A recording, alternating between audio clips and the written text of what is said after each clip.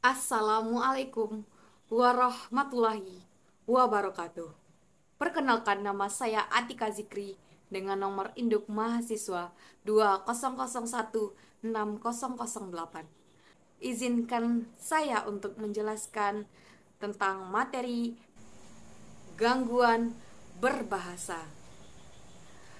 Gangguan berbahasa ini bisa terjadi saat gangguan berbicara dan juga dapat berupa gangguan dalam artikulasi. Hal ini disebut dengan gangguan fonologi. Gangguan artikulasi adalah pergantian suatu suara dengan suara lain atau penghilangan suatu suara dengan menjadi berubah. Contohnya, gangguan artikulasi kata mobil menjadi obin, mobi, atau obil. Gangguan berbicara dapat mempengaruhi anak dalam berkomunikasi dengan orang lain.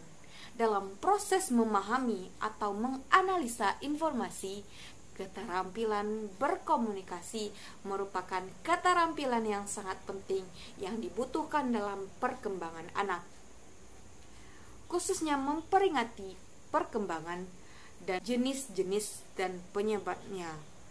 Secara medis, gangguan berbahasa itu dapat dibedakan atas 3 golongan. Yang pertama, golongan berbicara. Yang kedua, golongan berbahasa. Yang ketiga, golongan gangguan berpikir. Gangguan berbicara merupakan aktivitas pokok yang mengandung modalitas psikis. Oleh karena itu, gangguan berbicara dapat dikelompokkan dalam 2 kategori. Yang pertama, gangguan mekanisme. Berbicara berimplikasi pada gangguan organik. Mekanisme berbicara adalah suatu proses ucapan perkataan oleh kegiatan terpadu dari pita suara atau lidah, otot-otot yang membentuk rongga mulut serta kerongkongan dan paru-paru. Gangguan berbicara ini dapat dirinci lagi menjadi 2. Gangguan akibat faktor kelainan paru-paru atau pulmonal. Gangguan berbicara yang dialami oleh para penderita paru-paru. Gangguan akibat faktor laringal, gangguan pada pita suara kita menjadi serak atau hilang dan tidak keluar. Kedua gangguan multifaktorial. Akibat multifaktorial ini bisa menyebabkan terjadinya berbagai gangguan berbahasa. Berbicara serampangan adalah berbicara dengan cepat sekali, dengan artikulasi yang rusak, ditambah lagi dengan menelan sejumlah suku kata, sehingga apa yang diucapkan sukar untuk dipahami. Berbicara propulsivme, terdapat penderita penyakit Parkinson, yaitu kerusakan otak yang menyebabkan otot menjadi gemetar, kaku dan lemah. Penyakit ini biasanya bermasalah untuk melakukan gerakan-gerakan berbicara. Selanjutnya, berbicara mutisme, tidak berbicara sama sekali.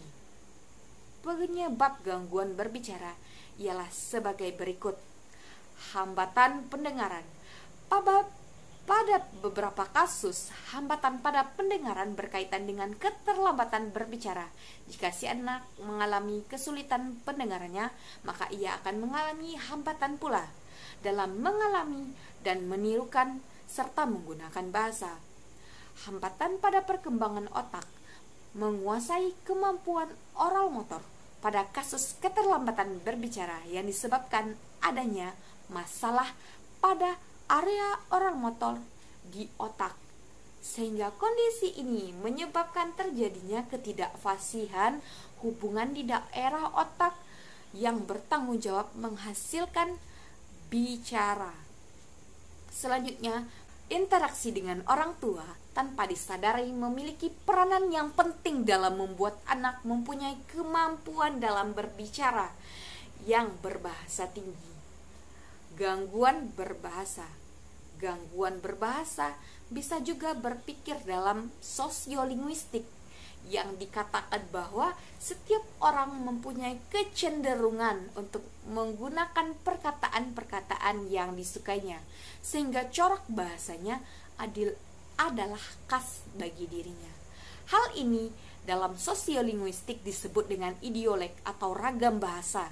perseorangan setiap orang yang memproyeksikan kepribadian pada gaya bahasanya. Orang yang pikun, orang yang gangguan di lingkungan sosialnya. Maksud dari akibat faktor lingkungan adalah terasingnya seorang anak manusia yang aspek biologis bahasanya normal dari lingkungan kehidupan manusia. Keterasingan bisa disebabkan karena perlakuan sengaja atau eksperimen. Bisa juga karena bukan dari alam, melainkan dipelihara oleh binatang. Gangguan berbahasa. Seandainya orang tua mencurigai anaknya mengalami hambatan dalam berbicara, haruslah diteliti dan diperiksa oleh ahli yang berkompeten dalam bidangnya untuk menghindari terjadinya salah diagnosa dan penanganan. Untuk itu diperlukan pemeriksaan yang lengkap aspek-aspek berikut, yaitu aspek fisiologis dan neurologis, dan kedua, aspek psikologis. Orang tua dapat melakukan hal tersebut jika terjadi kesalahan dalam berbahasa anak. Caranya, ketika hal itu terjadi, orang tua melakukan percakapan, berbicara ke anaknya yang lebih baik dari yang biasanya. Orang tua harus menjalin komunikasi dengan dihiasi senyuman, pelukan, dan perhatian. Demikian sang anak termotivasi untuk berusaha memberikan responnya. Orang tua selalu menunjukkan kasih sayang melalui peluk cium, kehangatan yang dirasakan melalui intonasi suaranya kepada seorang anak. Dengan demikian, orang tua menstimulasi terjalinnya ikatan erat dengan anaknya, sekaligus membesarkan hati anaknya. Selama menjalin komunikasi dengan anak, jangan lupa kita sebagai orang tua untuk melakukan kontak mata secara intensif, karena dari pandangan mata tersebutlah anak bisa merasakan perhatian dan kasih sayang, cinta dan pengertian. Jika anak menangis, orang tua tidak boleh membiarkan saja. Selama ini banyak beredar pemikiran yang keliru bahwa jika bayi menangis sebaiknya didiamkan saja supaya nantinya tidak manja. Seharusnya kita memberikan perhatian dan mulai mengetahui bahasa isyarat dari anak kita. Itulah gangguan berbahasa pada anak dan cara penanganan apabila anak kita mengalami gangguan berbahasa. Sekian materi dari saya. Saya akhiri dengan wabillahi taufik wal hidayah.